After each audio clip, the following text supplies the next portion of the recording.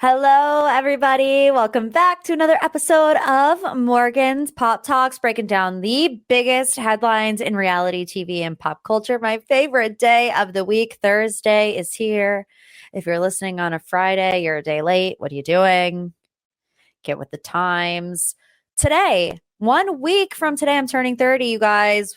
30, the big 30. And a very special guest is joining the podcast next week for the birthday episode. It's going to be so good. I can't wait. Let me just tell you that I know that 30 sometimes can be a little daunting of a birthday for some people. You know, it's a big year. When I tell you that I could care less that I'm turning 30, like my friends are forcing me to make plans. I don't want to do anything. I'm really not dreading my 30s. I'm not really sad to be leaving my 20s behind. I'm like totally indifferent. And I feel like that really does mean that I am an adult, and I'm totally jaded by the world because I used to be like the party princess. Okay. Let me just tell you, I was a church rat growing up, pastor's kid. In fifth grade, I invited like everybody to my birthday party, like the whole entire fifth grade. And we would have it at the church and people would not leave. My birthday party was the event of the year. I made more money at my birthday party when I was in fifth grade from people getting me presents than I do like in 2 weeks' time at my full-time job. And now all I want is like a good crock pot lasagna soup, some fuzzy socks, and I'm good to go. And honestly, having a birthday in Northeast Ohio on February 9th is like not ideal, but it is what it is. If you want to guess who's going to be on the podcast next week, feel free to do so. I'm going to drop some hints on the Bachelor Brain Dump on Friday on the Patreon. Speaking of the Patreon, I want to say thank you so much to the new members that joined this week, Michelle, Veronica, Dana. On Extra Pop, we talked about Jason Sudeikis and Olivia Wilde being spotted together this weekend. Good Morning America, TJ and Amy are donezo. And then we did a little mini deep dive on Shakira and Gerard Piqué and how she caught him cheating and just the chaotic mess that is. So if you want to get caught up, the Extra Pop on Patreon, you can click the link in the podcast description below. But let's get into what you're here for, the Pop 3 this week. As I sat down to record the podcast, I saw that it's official. Tom Girardi has been indicted in Chicago and in LA. Obviously, none of those notes are in my script for today because it happened 5 minutes ago, but I'm always down to do some digging. So maybe next week. Let's start with After the Altar, Netflix's hit show, Love is Blind. So people, I think, sometimes get confused what the reunion of After the Altar is and what what the reunion of Love is Blind is and what After the Altar is. After the Altar trailer dropped this week and people are like, what is this? So you have the reunion of Love is Blind and then they wait a couple months and they catch up with all the couples, all the people that split up, and the rest is history. So we got the trailer. Everyone is back. And in my opinion, like kind of a nothing burger of a trailer, except for the tea with SK and Raven. Obviously, we know their relationship kind of blew up. At the reunion, they announced that they were back together. Then there was a whole SK cheating scandal. I'm sure there's a deep dive somewhere in the MPT feed if you want to go back and listen to it. But what we're finding out from the trailer is that SK actually re-proposed to Raven and it was caught on camera. So did she say yes to that proposal and then find out about the cheating scandal? One thing that I found very interesting about the way it played out in the trailer is that when Raven was talking about the cheating scandal, she was on her couch and it didn't appear to be like full-blown cameras are rolling, right? When you see Alexa and Brennan, you can tell that they're like sitting down in front of a camera. When you see these, confrontations between Cole and Zanab at the party, like, cameras are rolling. What this scene from Raven to me looked like was a catch up, right? They've already wrapped it, whatever. And then a month later, this cheating scandal happens. A producer calls Raven up and is like, Raven, you have to address this. Put your phone sideways, tell us how you feel, send it to us on the Dropbox. That's what it's giving. But I'm glad they're going to address it because that was a major issue with the last After the Altar, specifically with Nick and Danielle and Iyanna and Jarrett. You know, after the altar came out, they were all still together, but in real life, we had already known that they had both filed for divorce. So I'm hoping that the timeline of that all is a little bit better. Other than that, Bartise and Nancy's relationship is up in the air. They still communicate, but Nancy's family is not Bartise fans. Obviously, we know that Nancy and Bartise are not together because he is on a new Netflix reality show, Perfect Match, that's going to come out on Valentine's Day where he's trying to find love. So are they friends? Don't know. Colleen and Matt, at that point, we're still not living together. We see him talking to Brennan about that. Cole and Zaneb, it seems like at the party is the first time they see each other and it's very awkward. You know, Cole's like, you want to talk? I'm really hoping for like a happy and healthy outcome for everybody. I feel like, they went through the ringer and they even put a little cutie in the trailer. I couldn't believe. I was like, y'all, the shade that is coming. It was like 5 seconds. If you blinked, you missed it. He just tossed it up in the air. It's coming February 10th. And it is 3 episodes. So let's hope it's not a complete and utter waste of our time. Let's move on to headline number 2. What is happening with the Real Housewives of New York Legacy? I feel like every time I open page 6 this week, a different conflicting headline is going on about Legacy. So in case you missed it, New York City has gotten the complete reboot. The last season feels like ages ago because it was, and it was absolutely atrocious. So they're like, we're scrapping the whole entire thing. So they have a completely new cast for the Real Housewives of New York, but then they also announced they're doing the spinoff Legacy with all of our favorites, you know, Luann, Sonia, Dorinda, Legacy. So the first report came out saying, Legacy's dead in the water. It's over before it even happened. Then Andy gets on Twitter and he's like, don't believe everything you read. And he even hashtags RHONY Legacy, you know, kind of insinuating that that's not what happened. So then now you get these headlines on page 6 and you get a picture of a disheveled Luann de Lesseps on the phone at a bar, just looking all kinds of upset. And then, you know, page 6 today saying everyone is mad at each other, that it really isn't happening. And I think the conclusion that everybody came to is that when Andy says, don't believe everything you read, that it's definitely not happening right now. You know, like contracts have not been signed. They have not touched a camera. They have not got a debrief on what the season was going to be. None of that. No media training, like none of that. I think Andy is probably in his mind thinking it's on pause. We got some things to work out, but it's going to happen eventually. The potential cast of Legacy, I guess the issue was they weren't on the same page about how much they should be paid. So here, the rumored cast was Luann, Sonia, Jill Zarin, Kelly Bensimon, and Dorinda Medley. So according to page 6, the talks came to a standstill with talent asking for more money per episode and more guaranteed episodes per season. And that sources say, for example, Kelly Bensimon was ready to sign, but source close to her complained to page 6 that Jill Zarin was pushing for a bigger payday, and that was the straw that broke the camel's back. Allegedly, Dorinda Medley was also ready to accept the terms and get the cameras rolling, and Sonia Morgan, they say, was barely paying attention to the whole affair, which, like, par for the course. That's why I love Sonia. I am more interested in Luann and Sonia's spinoff than I really was for Legacy. Look, anytime you attach a word like legacy to a show, these housewives are going to think you owe them the sun, the stars, the moon, all the constellations in the planet, in the universe, in the black hole that is our solar system. Like, they're going to want it all. Legacy?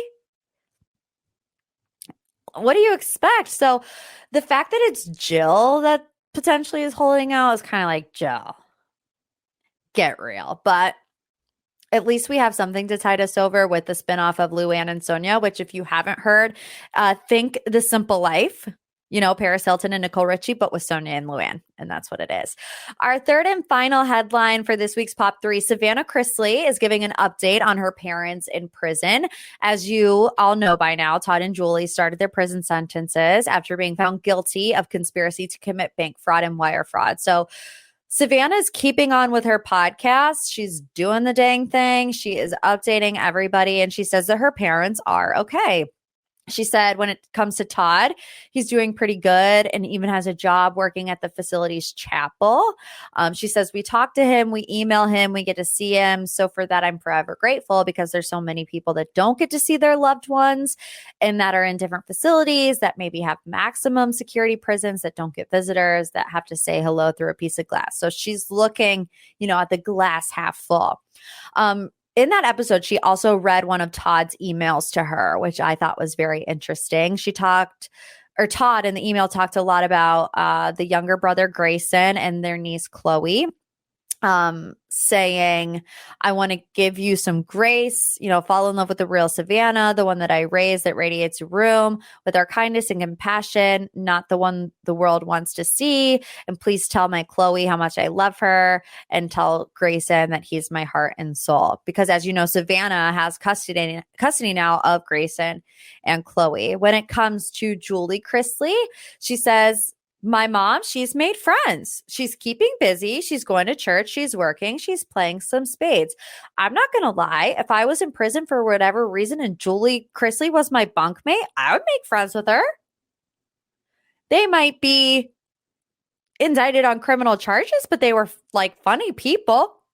If you're in prison, you might as well enjoy it. Play some spades, as Savannah has said.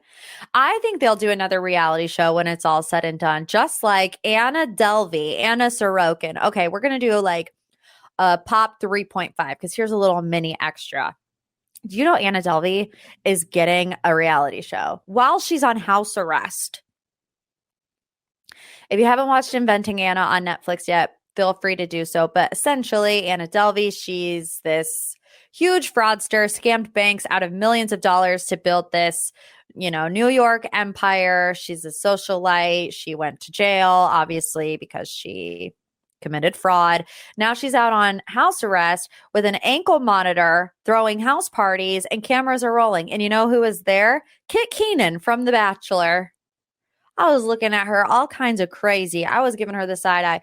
I was thinking, before I knew that Anna Delvey was getting a reality show, I was like, who would go to these parties at Anna Delvey's house? And she was convicted of a crime. And then somebody sent me a picture of Kit Keenan and her mother there. And then I realized that she was getting a reality show, and I was like, oh, now it makes sense. People want their screen time. No ifs, ands, or buts. My question is, I'm trying to figure out how Anna Delvey has not been deported because she's not American. I can't remember off the top of my head where exactly that she's from. My gut wants to say Russia. I'm not entirely sure. So don't quote me on that. But it's like, meanwhile, my poor fiance, David, has to leave the country. They're watching him like a hawk. If he's here past 87 days, they're like, you, mister, need to be interrogated. I need to know everything about your life. Can you tell that I've been really jaded about the U.S. immigration system here lately? There's a whole other story to that that's been happening here lately, but I can't tell it here, maybe on Extra Pop. Okay. Let's go into the deep dive. And unfortunately, I don't have deep dive audio today because no shade, still love you like a sis, but my person didn't give it back to me in time. So what can you do? But the overwhelming majority wanted the deep dive on Robyn and Juan Dixon. What the heck went on with Robyn Dixon this week? Long story short, if you've been watching this season of Potomac, you know that there's been allegations about everybody's husband. It was feeling like an Oprah moment, when she's like, you get a car and it's like, you get an affair and you get an affair and it's like honestly too much in my opinion. But Robyn was at the crux of one of those rumors and she's like, not true. Well, it ended out that Juan actually did have an affair. Some of the details are different, so that's why we're going to get into it now. But fans are pissed because Robyn was like, oh, yeah, I'll tell the truth on my Patreon. I'll get there. Let's talk about the details first. So my TikTok friend, Giorgio, says he talks a lot about housewives on his TikTok, was reached out to by someone who allegedly dated Juan for over a year during COVID. This woman DMs Giorgio, says, I dated Juan during the end of COVID for over a year. The last time I was there was about 70 weeks ago. He's a player. Like 70 weeks ago, oddly specific, but I can dig it because attention to detail is important in life. So she mentioned that Robyn did know, but asked her not to make it public. So then come the receipts from this woman to Giorgio. Says she shared a hotel invoice. He looks it up. It is a real hotel in Maryland. Juan Dixon's name is on it. And this woman says the reason that she stopped messing with Juan was because he likes to meet girls and then introduce his friend to those girls and hope that it would lead to them being their next hookup. Okay. And so the reason she stopped seeing Juan was because something of the sorts happened, I believe, in that hotel where she was with Juan, and then she was introduced to a friend that confronted her and it scared her off. That's what she says. Now, here's where it gets confusing because Robyn admits that something of the sorts happened. Of course, she has a different version of the story, which we'll get to. But this is also not who Karen has been referring to in this season of Potomac. So while Karen is like, somebody just like me is walking around with Juan, although that may or may not be true, it's not the circumstance that is at hand. So then Robyn responds to Giorgio's TikToks on her podcast, Reasonably Shady, which is with Giselle. And she said she already knew about this. She knew about it going into season 7. She thought that someone in the group was going to bring it up because this person had been reaching out to both her and Giselle. And then she says, I'll tell the whole story on Patreon, which, if you don't know, Patreon is a paid subscription podcast service. So like, for example, here on MPT, I have this episode that's free to everybody and anybody that wants to listen. But if you want more content, we have the Patreon. We have the Pop It Batch tier, which is $3 a month if you like Bachelor news. And then we have Extra Pop, which is $5 a month if you want more pop culture updates besides once a week. A lot of podcasters do it. A lot of famous people do it for maybe more intimate behind the scenes looks. I have an issue with that when you're on a reality show and that is, the main focus of your job. But then again, we'll get into it. So on her Patreon, she said that Juan never flown this woman out, which is something that the woman alleged, that she flew herself to Maryland and was actually dating a Ravens player. That girl denied that. She says, then she told Juan that her credit card got stolen. So Juan and his friend go to the hotel and help her with it, which is why you see the name on the invoice. Okay.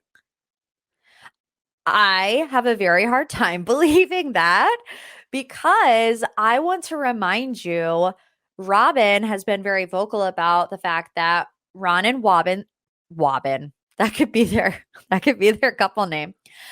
I want to remind you that Robyn and Juan had a best friend that pretty much milked them dry, right?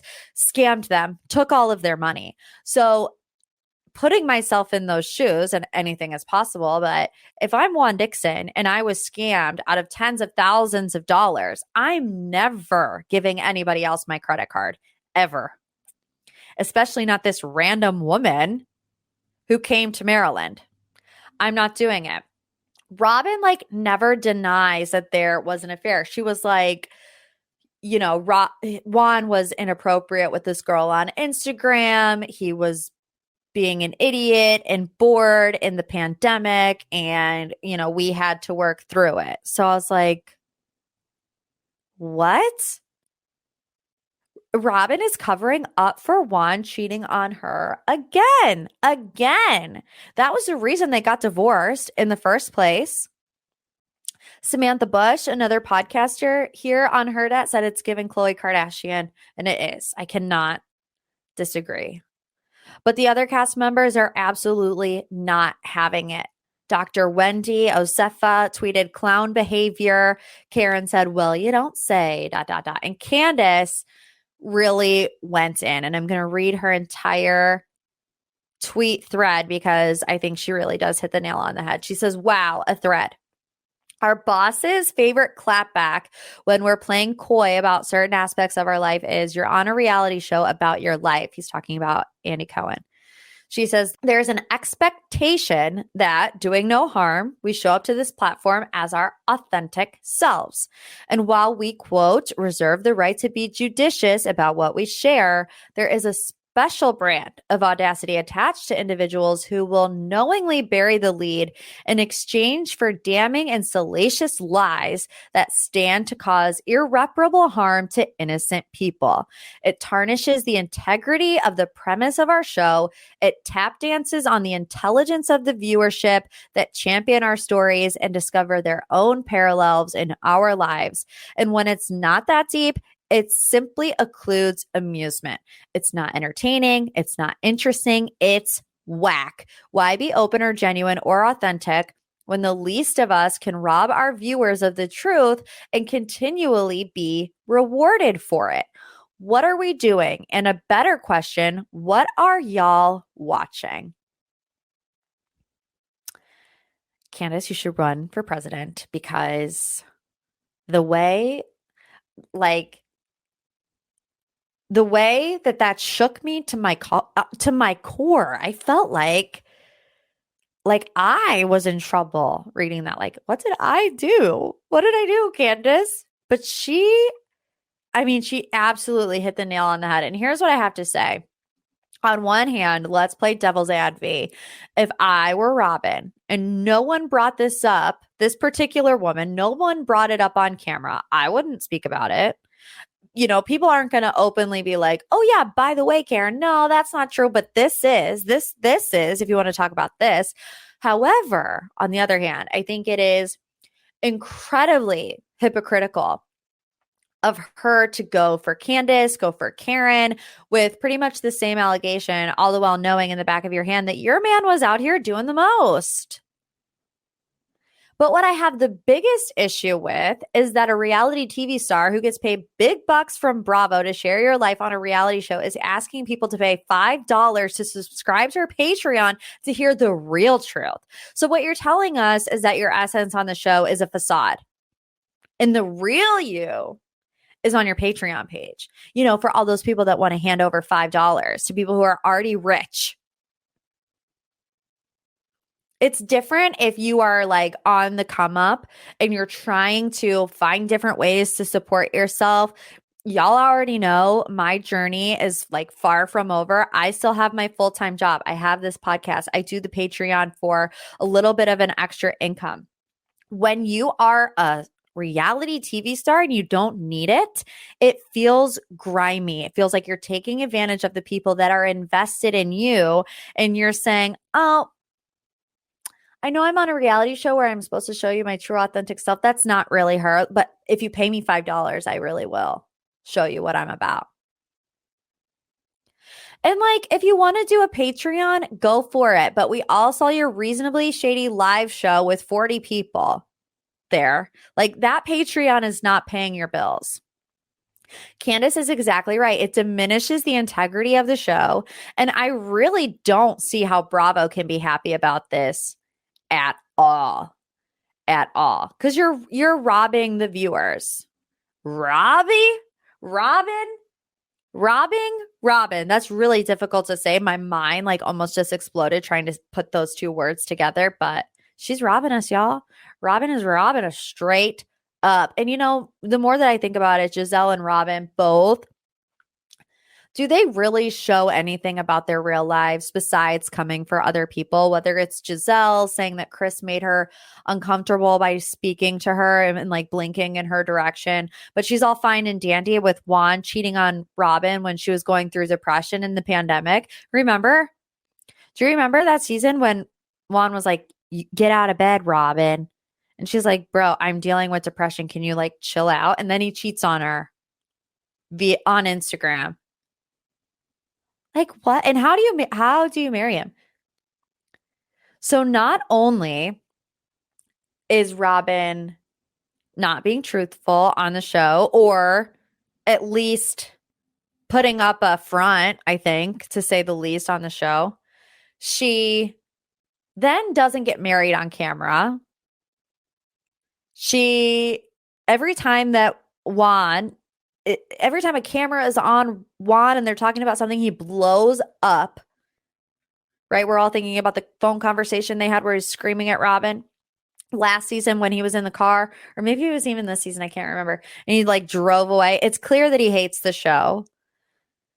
And like, this is obviously why he doesn't want stuff like this out there. So you have to make up your mind, because you cannot play both sides of this fence, because it is not going to go over well with fans. I said this on my Instagram page and I believe it. I think this is a fireable offense, at least a demotionable offense. And it's sad because I mean, I don't hate any Bravo celebrity. Like, each one of them brings some sort of entertainment value to my life. But this is it just feels icky, doesn't it? It does. Okay, I'm going to end it there and say you should subscribe to my Patreon because it's really good. And let me tell you, I also got these mix tiles for like a Bravo wall that I'm doing in my office. That's almost done. I'll show you when it is. But like, I pulled out the picture of me, Robyn, and Giselle today, and I was like, man, I should have picked a different picture, I left out Andrea. I left out Raquel. I left out Crystal. Like, I could have picked somebody else besides Robyn and Giselle, but that's where I am. Okay, to wrap up this week's episode, this is more TikTok drama, which we dabbled in last week with the Tarte trip to Dubai, but it's all over everything. Mikayla, mascara gate, L'Oreal partner, massive social media blowback for, in my opinion, the most well-known beauty TikToker, Mikayla. I'm a Mikayla fan. I'm just going to say it. It takes a lot for me to follow somebody on TikTok because, your For You page is curated for you. So you don't really have to follow people, but I do like Mikayla a lot. So I follow her. But like I said, massive, massive social media blowback about this L'Oreal telescopic mascara review. So it was a paid partnership. Even though you can't really tell. And I think that is the first issue. So there's this really small font on it that says like, paid partnership with L'Oreal or whatever, but the captions of the video cover it up. So it's not clear right away that it's an ad. And then at the end, she's doing this mascara review. And then at the end, poop, there's fake lashes. And she's like, nothing's ever going to be able to compete with this. And everyone's like, Mikayla, you put fake eyelashes on. What are you talking about? People have been saying like, well, mascara commercials use fake lashes all the time and nobody says a word. I think where Mikayla got in trouble here is that she responded to some comments. People were like, are you wearing fake lashes? And she's like, no, never. In my opinion, I mean, I'm not Inspector Gadget by any stretch of the imagination, but in my opinion, it looks like she's wearing false lashes. You can see the separation and her eyelashes grow by like 3 millimeters. So, but she doubles down and she's like, no, L'Oreal would never allow me to do that. And then she went silent for a week. She got back on TikTok today and did a makeup video for Valentine's Day. The first 5 seconds, she's like, you know why I'm here. Like, everyone's thinking she's going to say anything. And she's like, we need to learn how to do hooded eye makeup or cut creases for Valentine's Day. And we're like, huh?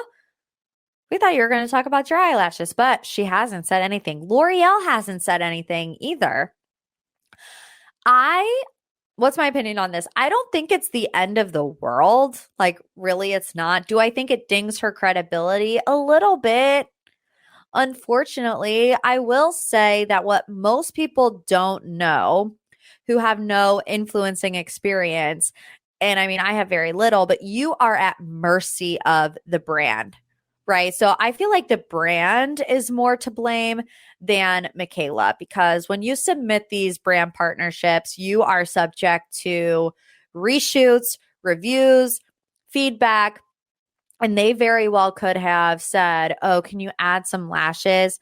And even if they didn't say that, if she submitted this video with the fake lashes, they didn't say reshoot this and don't use fake lashes. You know what I mean?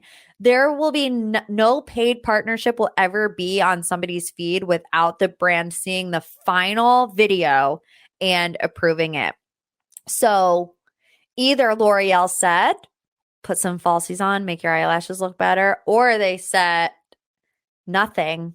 She just did it. And they're like, oh, we'll just see if this, whatever. And also, I think that influencing is relatively new, right? And if you have somebody that's never seen a contract before, it can be very, very confusing. And even if you have seen a contract before, it's very, very confusing. You have exclusivity clauses, you have, you have view guarantees, you have non-competes with other brands, and it's like, we have the right to do XYZ, whatever. It's very confusing. And even if I'm going to be honest with you, even when I read my contracts 9 times out of 10, I don't understand them. So someone like Mikayla, who's very young, she's 24, she doesn't have, a lot of experience. She kind of grew to fame overnight. I think we should cut her a little bit of slack and really blame L'Oreal for putting her in a bad position. And in my opinion, letting her take 100% of the fall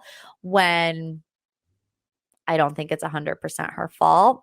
Obviously, she shouldn't have lied in the comment section, but I think that is where it ends with Mikayla. All right, guys. Thank you for tuning into another episode of MPT, my last episode as a 29-year-old woman. I can't wait for you to come next week for the birthday pod. We're going to have so much fun. We're going to have the best guest ever. And I have some more really fun guests lined up in the new future. I really cannot wait. If you haven't given the podcast a review, a rating yet, do so as a birthday present to me, a little 5-star rating. I only got 1 extra review last week. Unacceptable. So drop a love you like a sis in the rating section below, and we'll see you next week for the 30th, the Dirty 30. I'm going to call it a birthday party because that's what it's going to be. So I'll see you at my party. Love you like a sis.